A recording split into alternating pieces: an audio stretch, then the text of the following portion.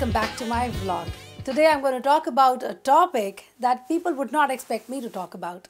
I own a green mat studio in Bangalore and it's a popular studio. People use green mat studios to do chroma keying and all kinds of fancy productions, from corporate films to movie scenes to all kinds of different shows.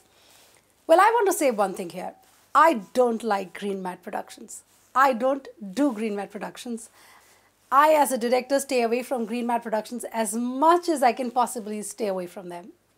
Shocked? Well, yes, that's the fact, because to pull off a professional green mat production takes much more than just a DOP who understands the lighting and a green mat studio. It takes much more. It takes good understanding of what is the content in front of us. Is it possible to shoot it on location? Because trust me, with any amount of proper backlighting or set lighting, you cannot replace the authenticity that you will get with an actual location. Because you will see, when your eyes are trained, you will be able to notice the difference between a studio shoot and an actual location shoot. I personally prefer location shoots much more. Also, when it comes to smaller corporate film kind of shoots or this kind of an interview or anchor-based production, that's fine. Green mats work well. But when it comes to our larger vision or our grandiose ideas of magical locations and transporting characters and stories to some other place and so on, you do not want production value or any kind of technical problems to spoil your entire game, or to ruin your vision, or to see lines on the outsides of the characters, or shoddy chroma keying or any of that to hamper your vision. And for that reason, I find it much more liberating to go on a location where I know everywhere I place my camera, at least I'm going to get a sure shot, good shot.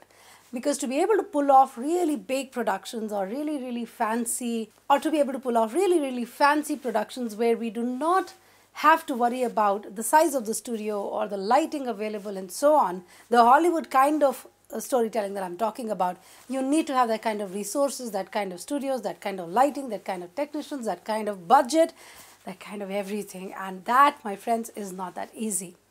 So if you have $1 million in your bank account and you have that kind of production team, well, go for it.